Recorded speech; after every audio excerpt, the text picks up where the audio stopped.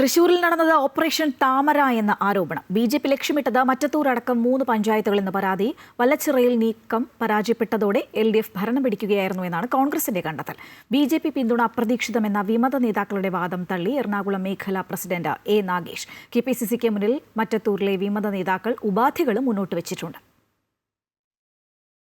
മറ്റത്തൂരിന് പുറമെ പാറളം, വല്ലച്ചിറ പഞ്ചായത്തുകളായിരുന്നു ബി.ജെ.പിയുടെ ഓപ്പറേഷൻ താമര എന്നാണ് ആരോപണം. എന്നാൽ വല്ലച്ചിറയിൽ നീക്കം വിജയം കണ്ടില്ല. മണ്ഡലവും ജില്ലാതലവും കേന്ദ്രീകരിച്ച് നടന്ന ചർച്ചയിൽ കോൺഗ്രസ് അംഗങ്ങൾ രാജിവെച്ചാൽ പിന്തുണയ്ക്കാമെന്നായിരുന്നു ബി.ജെ.പിയുടെ ഉറപ്പ്. കത്ത് ലഭിച്ചതോടെ തങ്ങൾ പിന്തുണ നൽകുകയായിരുന്നുവെന്ന് ബി.ജെ.പി എറണാകുളം മേഖലാ പ്രസിഡന്റ് എ. നാഗേഷ് സ്ഥിരീകരിച്ചു. ഭാരതീയ ജനതാ പാർട്ടിയെ സംബന്ധിച്ച് 2 പാർട്ടിയിൽ നിന്നും രാജിവെച്ച ആളുകൾക്ക് പിന്തുണ നൽകുമെന്ന ആ പാർട്ടിയുടെ നിലപാടാണ് മറ്റത്തൂരിൽ ഞങ്ങൾ നടപ്പാക്കിയിട്ടുള്ളത്.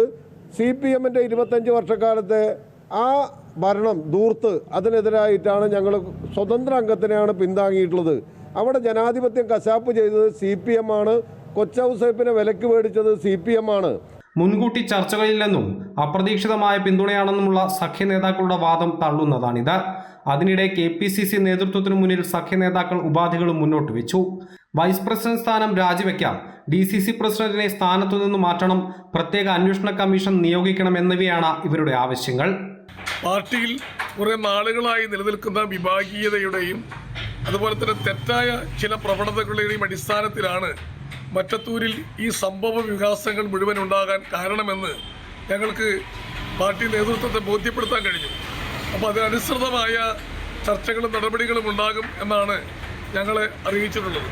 പാർട്ടിയിൽ നിന്ന് പുറത്താക്കപ്പെട്ടവർ പല ആവശ്യവും മുന്നോട്ട് വെക്കുമെന്നും അത് മുഖവിലയ്ക്ക് എടുക്കേണ്ടതില്ലെന്നും DCC പ്രസിഡന്റ് ജോസഫ് ടാജറ്റ് പറഞ്ഞു.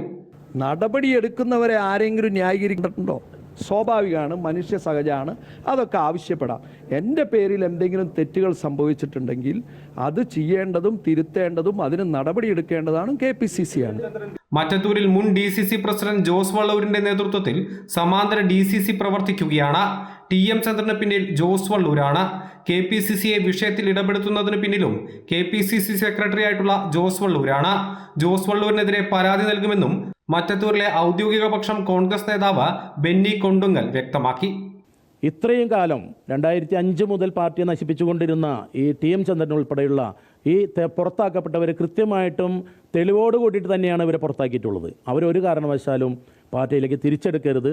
അതേസമയം നിരപരാധികളായിട്ടുള്ള പഞ്ചായത്ത് മെമ്പർമാരെ ഇതൊന്നും അറിയാതെ പിന്നാലെ നടക്കുന്ന പാവപ്പെട്ട പഞ്ചായത്ത് മെമ്പർമാർ കുറ്റസമ്മതം നടത്തി പാർട്ടിയിലേക്ക് തിരിച്ചു വന്നാൽ വളരെ 2 കൈ നീട്ടി സ്വീകരിച്ചുകൊണ്ട് ഞങ്ങൾ തയ്യാറാണെന്ന് ഈ അവസരത്തിൽ പറയുന്നു. അതിനിടെ LDF ജയിച്ച വല്ലച്ചിറയിൽ BJP വോട്ട് അസാധുവായത് ഉയർത്തിക്കാട്ടി പ്രതിരോധം തീർക്കാനും കോൺഗ്രസ് നീക്കമുണ്ട്. അമൃത ന്യൂസ്, തൃശൂർ.